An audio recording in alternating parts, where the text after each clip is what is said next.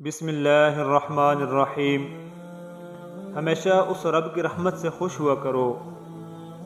وہ رب جو بھی عطا کرتا ہے وہ بہتر نہیں بلکہ بہترین ہوتا ہے،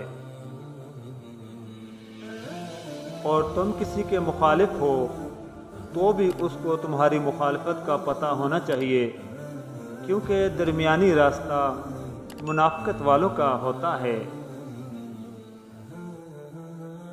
وقت کی دوستی تو ہر کوئی کر لیتا ہے، مگر مزہ تو تب ہے جب وقت بدلے تو دوست نہ بدلے۔ یہاں تو ایک پتھر کی بھی تقدیر بدل سکتی ہے، مگر شرط یہ ہے کہ اس کو سلیقے سے تراشا جائے۔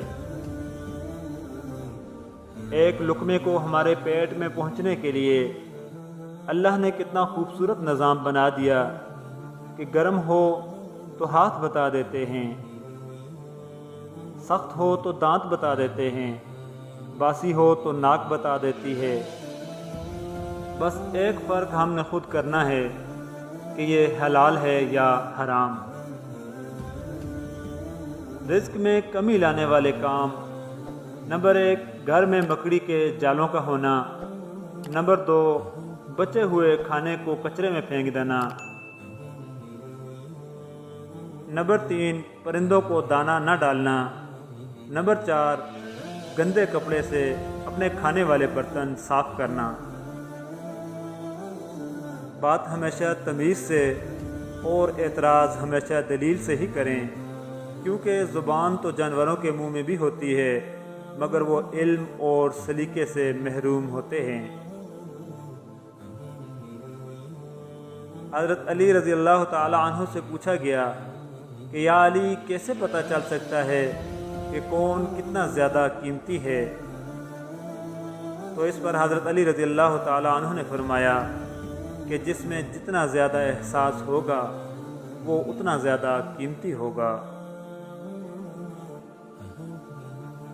3 خوبیاں انسان کو باکمال کر دیتی ہیں: ایک اچھی سوچ، دوسرا نرم لہجہ، اور تیسرا معاف کر دینا۔ یہاں سب ڈوبے ہوئے ہیں، کچھ سیلاب میں، کچھ اپنی انا میں، کچھ تکبر میں، اور کچھ اپنی ذات میں، اور کچھ بے حسی میں۔